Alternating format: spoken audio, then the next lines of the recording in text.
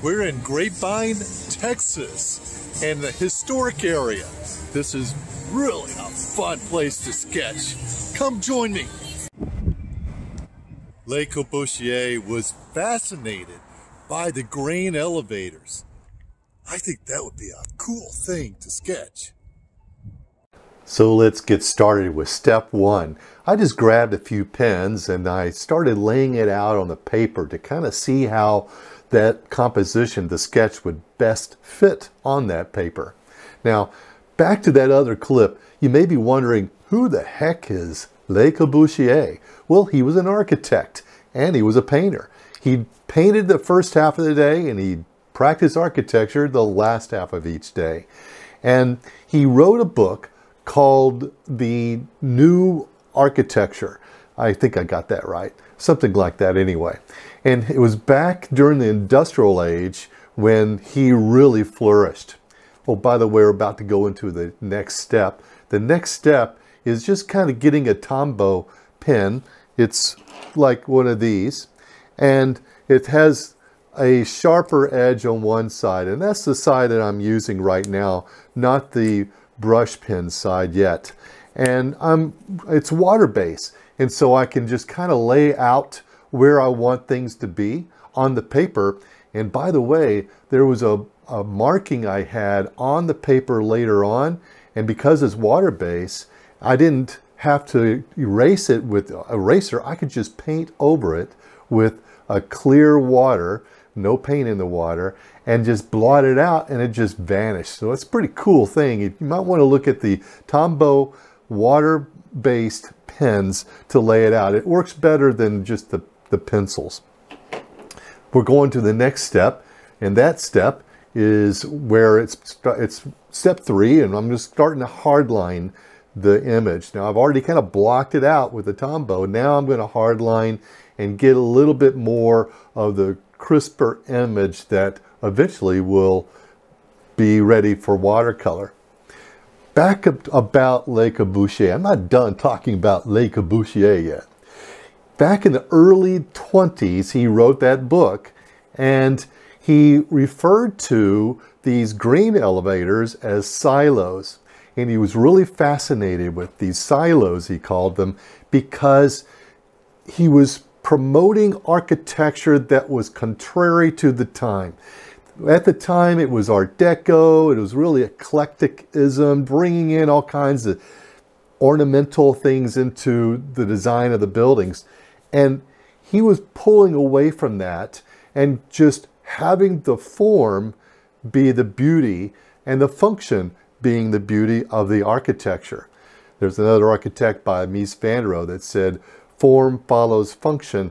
And it was during the same general time that Le Corbusier was writing in his book about a new architecture, modern architecture, and using these grain elevators as an example about how the form follows the function. And because of that, there is beauty in the design of a building because of what it serves to the people using it.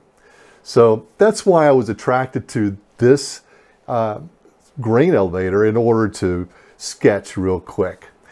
And you'll see that well, let's look at what I'm doing here. I'm actually putting in a little bit more details. This is during the winter time. And so all these trees in the foregrounds are kind of allowing for the image to be seen behind the trees. So I'm just kind of putting branches and some trunks here and there. When I was hardlining the bottom of the silos or the grain elevators, I didn't bring it all the way down to the ground. I actually kind of stopped short so that, because I knew I was going to have some foliage in the foreground and I didn't want there to be lines going over tree lines and things like that. So I was kind of planning ahead a little bit about that. This one has a pretty cool railroad track, a couple of them, in front. So I thought that might be a good way to border this image. It just kind of borders itself in reality. And it also kind of gives a little bit of texture and a little bit of scale. Speaking of scale, on the top of the grain elevator, there is a guardrail. And as an architect, I know guardrails are generally 42 inches high because of building code requirements. I really don't know what it is there because this was built in earlier building codes that had different requirements. But let's say it's 42. So that gives me an idea about how tall these silos are, these grain elevators, and comparing it to a human height of, let's say, 5'6" or so. That'd be, let's say, 66 inches, so 42. We're about 2/3 of the way up to the height of a person, just to kind of give a sense of scale. I don't know, you may not really look at it that way, but I kind of do. As an architect, I do that every day, so that's kind of my way of thinking. I'm kind of getting ready for the watercoloring thing. You can actually see I pulled out the watercolors, and what I'm doing is I'm kind of mixing some colors, getting ready to go into this next step. And this next step is obviously watercolor. The paint brushes that I'm using on this are these, a flat one. It's not too big. It's actually, I don't know, I'd say probably 1/4 of an inch this direction. And I really like this. I use this quite a bit to do overall strokes to kind of give a whole direction. And in these silos, it's perfect because you've got different vertical strokes to make with this type of pen, this brush. And another thing it has is the thin end. So it's not always the fat, but you can turn it to thin and you can actually use it almost like a rigger. But I did use the riggers too. The riggers are like this here. And that I can get a lot more tight places. In fact, that's what I'm using right there at the top bulkhead above all those grain elevators. And I'm using a base color of kind of a brownish, it's kind of an amber color in a way. And then I'm adding blue. And the blue, I just love the blue as a way to create depth and to add shadows in a colorful way. I will be using these Tombow pens, felt tip pens, and the fatter part to give even more shade and shadows. But it's kind of fun to use the color, let's say blue is in my choice, to add color to do the depths and give the shadows. The blue, by the way, just to kind of give you a heads up, you'll see a little glimpse towards the very end of this video. The blue, I also used it when I sketched this elevator again. And the one that, I'd encourage you to see that video, because the video there is showing how I'm trying to kind of emulate the Texas sunset, which is spectacular. And then when that sunset is behind an image, a building, it kind of darkens out almost a silhouette of the building in front of this beautiful, colorful sunset. And the silhouette part is being used, I'm using blue as a silhouette. I also, what I'm doing there is I'm kind of spackling the painting, and it gives some life, and also kind of helps frame your eye towards a certain focal point. And because there's different pieces of gravel for around those railroad ties, it kind of adds flavor for that too. Like these little spackles kind of end up being little pebbles of stone. And I can use the pen, that's what I'm using right here, is a pen. I have 3 different sizes. There's a 0.1 and a 0.3 and a 0.5.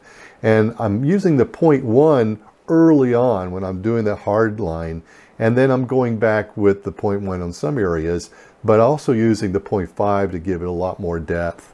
And then when that wasn't enough, then I'm using a really fat pen that, or a fatter pen, and it's got a felt tip on one side. It's a little larger than a 0.5, and then on the other side it's got a lot of muscle there, and then that'll really give a lot of pop for some of the areas that just I want to have kind of an edge kind of pop out a little bit. So that's what I use when I am adding that type of pop. This has been a lot of fun to paint these grain elevators. When I was a kid, I used to go out to the Grapevine, which is where Grapevine, Texas. By the way, the pen and ink highlights, that's what I'm using here, is I'm going back with what I just talked about, using the 0.1, 0.3, and 0.5. And this pen, by the way, is waterproof. So, you know, whatever you do, it's going to be there. And which is okay. If you kind of don't like what you wrote or drew on there, you can kind of hatch with it too. And hatching will kind of hide some of your maybe mistakes, or let's say you changed your mind where you wanted the line work, and so you can kind of use that as an intended hatch instead. The like I was going to say about Grapevine, Texas. Grapevine, Texas was kind of a sleepy agricultural town when I was growing up in Fort Worth, Texas. And we would go to Grapevine Lake in that area, same area, and go water skiing. And we had a little cabin, and so I'd spend the day, you know, shooting cans with my BB gun. And I've got some really great memories going fishing with my grandfather there. But since then, it's really gentrified because Dallas, Fort Worth are just kind of grown so much that they're just kind of melding together and taking over some of these towns that are so close to them and in between them, and Grapevine is one of them. So it's become very gentrified. And in just the same area that these grain elevators are, it's kind of like their main street, and they have shops, restaurants, they've got wineries, and they got a hotel.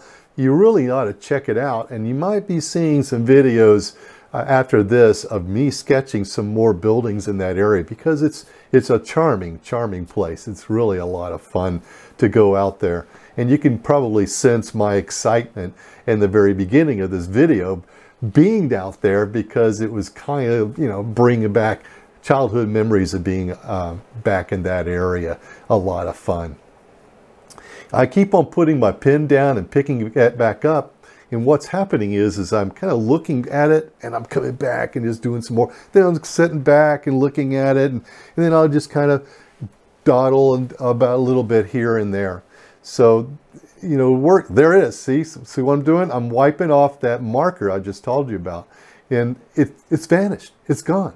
I just used water and I just washed it away. This stuff here is awesome. Like I just said, this Tombow here, a light color, a light gray, and that's, just hold it loosely at the very beginning. Step one, hold it very loosely and just block out what you're doing. And if you go off the tangent like I did on there, you can wipe it away.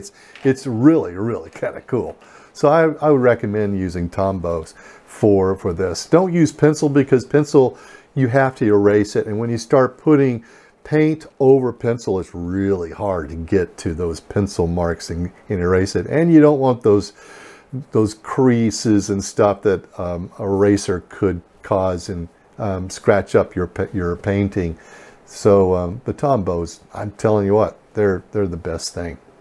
If you are interested in classes, I'll leave a link down below. Ian Finley has been my virtual mentor. In fact, I've got a few videos of me sketching with him. Check those out. But he's got some awesome courses that I'd recommend. It's really helped me. I am an affiliate on there, so if you do sign up for it, I do get a little bit of commission. But I'm saying this because I really believe in his stuff, because I just love his style, and I think it's worth actually checking it out, because it's really helped me as well. The overall composition is pretty much done right now. I don't have a whole lot more to put on there, but I'm adding more shades on the sides. One thing I do sometimes is on the sides, on both sides, I kind of border, kind of like bookends more or less of an image. And those bookends would be little squiggly lines, and another little squiggly line over that, and then another squiggly line over that. And then the lower one is oftentimes in the foreground. And I'll hatch into that, within that first squiggly line, pretty closely and make it darker. And then between the first squiggly line and the other, I'll hatch that too, but I'll make those hatches wider to make it a little bit gradient lighter. And then again, I will hatch that third strata of squiggly lines, but even further apart. And so that kind of gives some depth, because as you notice when you're looking at like a scenery, you'll see that things in the foreground are darker and things in the background are lighter. So there it is. There's the finished step. And I highly recommend you, again, check out this video here. I did it in color with a sunset in the background. I think you'll enjoy that as well. So thanks a lot. I appreciate you coming by, and I'll see you on the next video.